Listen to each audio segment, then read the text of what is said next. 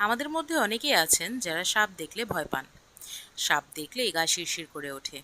এ বিষয়ে কোনো সন্দেহ নেই যে সাপ পৃথিবীর অন্যতম বিষাক্ত ও ভয়ঙ্কর একটি প্রাণী। কিন্তু আমাদের বাস্তুতন্ত্রের জন্য সাপের গুরুত্ব অপরিসীম।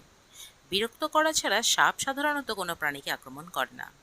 এরা শুধু আত্মরক্ষার জন্যই ছোবল মারে। পাখি সাপের ছোবলে মৃত্যুর হাত থেকে বেঁচে গেলেও এমন কিছু সাপ বিশ্বের অলিতে গলিতে রয়েছে যাদের একটি ছোবলেই হতে পারে প্রাণনাশের কারণ। তেমন 5টি বিষধর সাপ নিয়ে এবারের আয়োজন। হাইড্রোফিলিস বেলচেরি।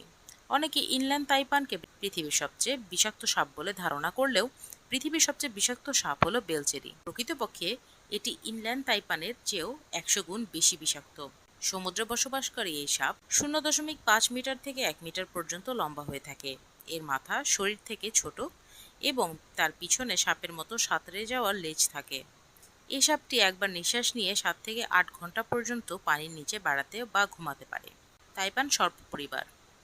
সমগ্র পৃথিবীতে না হলেও ভূমিতে বসবাসকারী সাপগুলোর মধ্যে তাইপান সবচেয়ে বেশি বিষাক্ত এবং প্রকৃতপক্ষে সবচেয়ে বেশি ভয়ঙ্কর প্রজাতির সাপ।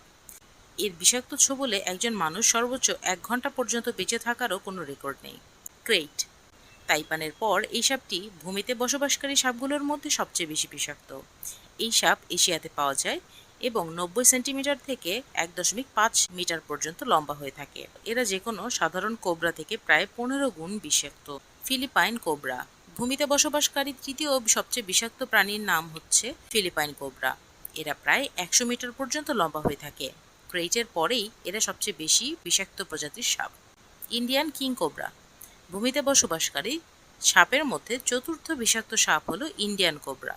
এরা সাধারণত 3.5 মিটার থেকে 5.5 মিটার পর্যন্ত লম্বা হয়ে থাকে।